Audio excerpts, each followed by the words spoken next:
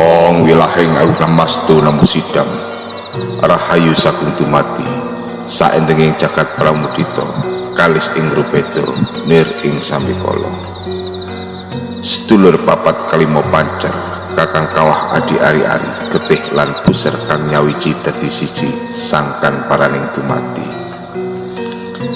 Hananing sun hananing Gusti hananira hananing kawula hana caraka Data Sawala padha jayanya maka padhanga ngata bukama nyaya cedhapa lawa satada karacanaha.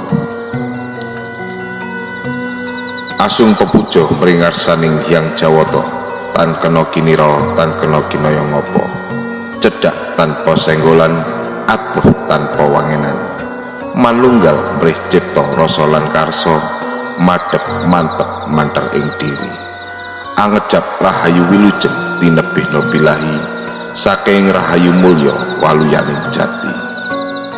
Ong wilahing awinamastu namo sidam sungkem kawula dumateng ing ngarsa dalem ingkang araraton ing kurping gegana ing lumahing pawana ingkang hangreksa hangrumpaka bebener lan leluput.